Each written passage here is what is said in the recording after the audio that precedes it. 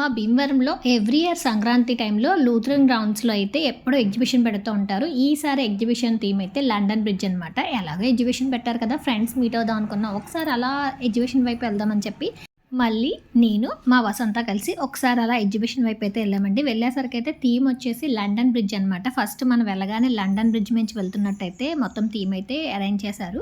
Entrance వచ్చి ₹100 అనమాట.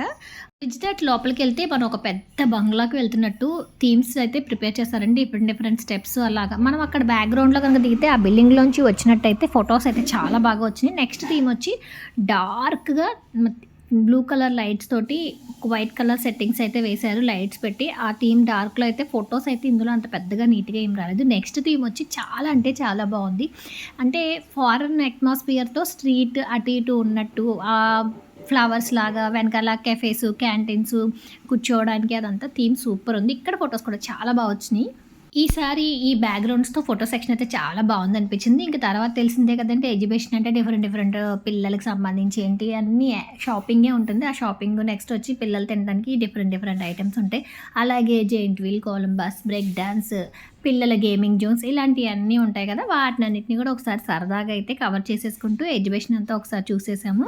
ఇక్కడ జెయింట్ వీల్ అయితే భలే కలర్‌ఫుల్‌గా కనిపిస్తుందనమాట. తర్వాత ఇక్కడ లైట్స్‌తో బెలూన్స్ కూడా చాలా బావున్నాయి. ఇలాగా మేమైతే ఒకసారి ఎగ్జిబిషన్ అంతా రౌండేసి వచ్చేసాం. కుదిరితే మీరు కూడా ఒక రౌండ్ ఎయండి. Like, share, subscribe. Thank you for watching.